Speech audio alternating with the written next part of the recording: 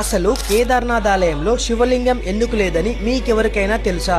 అదేంటి, జ్యోతిర్లింగం అంటే శివలింగం ఉండాలి కదా అనుకుంటారా? అయితే మీరు ఈ కేదార్నాథ్ ఆలయం యొక్క చరిత్ర తెలుసుకోవాల్సిందే.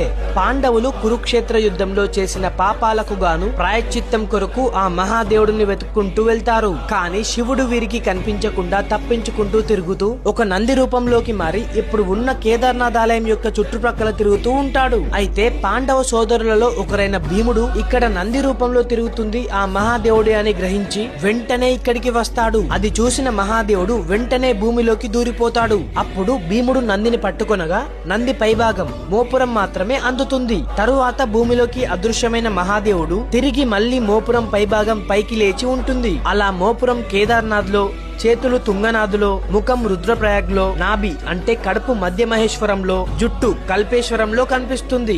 అప్పుడు పాండవులు ఎంతో సంతోషించి ఈ 5 ప్రదేశాల్లో శివుడికి ఆలయాలు నిర్మించి పూజలు జరిపించారు. అలా ఈ 5 ప్రదేశాలను